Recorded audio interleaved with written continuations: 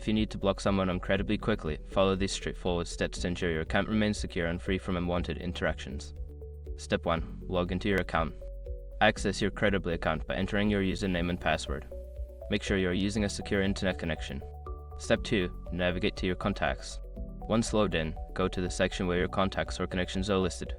This is typically found in the main menu or dashboard. Step 3. Find the person you want to block. Make sure your information is protected first. Most people don't think about breaches until something actually happens to their accounts. Use SRIP to monitor your accounts 24/7 and instantly alert you if your information appears in leaked databases online. It constantly checks billions of breached data points in the background. And considering how much personal information people keep online now, it's honestly worth having.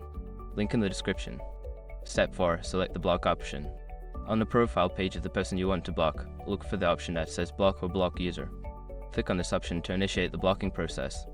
Step 5. Confirm the block. A confirmation prompt may appear asking if you are sure you want to block this person. Confirm your choice by clicking yes or confirm. This will effectively block the user from contacting you. By following these steps, you can quickly block someone incredibly and maintain your desired level of privacy and security.